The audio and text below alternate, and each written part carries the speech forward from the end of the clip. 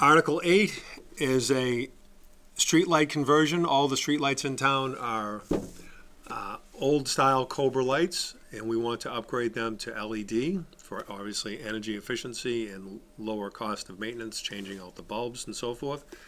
So we have a grant from the green communities because we are a green community. We've made application. We will not have the application approved before town meeting.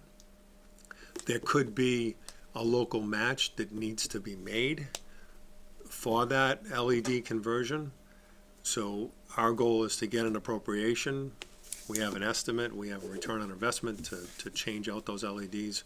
And when we have the appropriation, we'll move forward with the grant. Depending on the size of the grant will depend on the amount we actually ask for the conversion. You did some math on these numbers. Can you just run through them real quick? Sure. So we talked a lot about how we should come up with how we should come up with the figure that the town would be willing to put forth in the event that we did need to provide a match. So the full grant amount that we requested from Green Communities for the entire project was $166,000. We agreed that in the event that the town didn't receive any grant funds, it's not likely that we would move forward, so there would be no need to appropriate the full amount. So what we did was took the energy savings that was estimated by a consultant that would yield through this project, and then we multiplied that by the return on investment for projects invested in this, for funds invested in this project, which is about 4 years.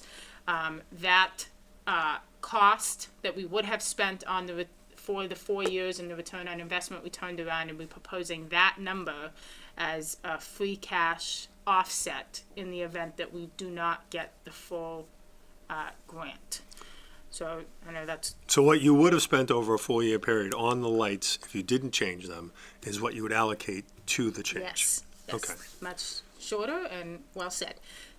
So that's a lot of information. If people need follow-up or have more questions, please call us. But that was our thought process in generating the $123,435 figure that you will see in the motion on town meeting floor.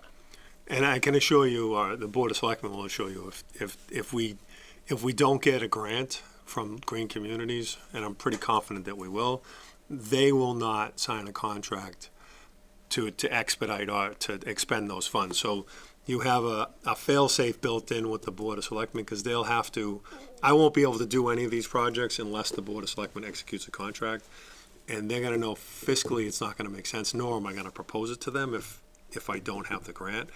So in a lot of ways, we're asking the community to trust that, yes, we'll have an appropriation, but if we can't get the grant, we're probably not going to, I will tell you, we're not going to do the project until we have further discussions with town meeting, probably in October.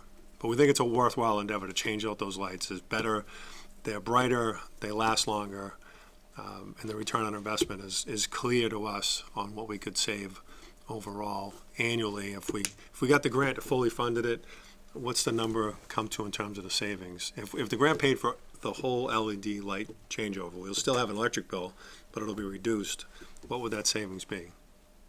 So the estimates we have are $41,000 a year. Okay. So the town would save on electricity costs $41,000 a year.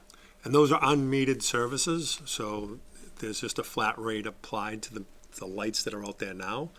So now when you put LED, there's a new non-metered rate that would apply, and that's the math that yields the $41,000 in savings. It's not a lot in the scheme of a $61 million operating budget, but I hope this community realizes that everything we do is to save nickels and dimes and to be as efficient as we can. And there's not a lot of big ticket expenditures that we ever have, and we come to you with proposals that make sense financially and reduce costs, operational costs to the budget, which ultimately saves us all money, which is great. Okay, so we'll move on to Article 9, which is an easement for National Grid for both electricity and gas service at 49 Old Westboro Road. It's an easement that's required for the new DPW facility, so we'll be voting on that, hopefully favorably.